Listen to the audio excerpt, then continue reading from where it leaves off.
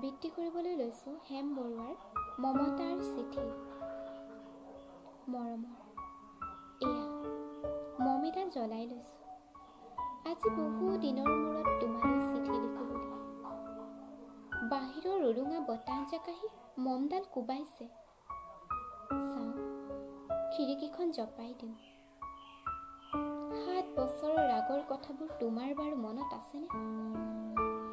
আমি যে নতুন জীৱনটোৰ পাতনি মেলিছিলোঁ। মোৰ গাত সেই অচিনাকি নিচা বাৰুকৈ লাগিছিল। সিদিনা আছিল কাতিৰ কুঁৱলীসনা কোমল পুৱা আৰু সন্ধিয়া মই তোমালোক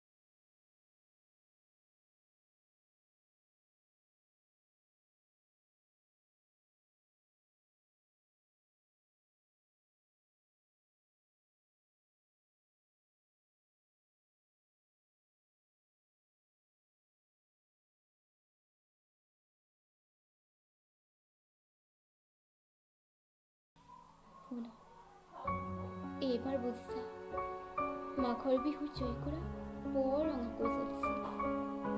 আমাৰ আইতাৰ কলি ছাগলীজনী 2টা পোৱালি জগিছিল।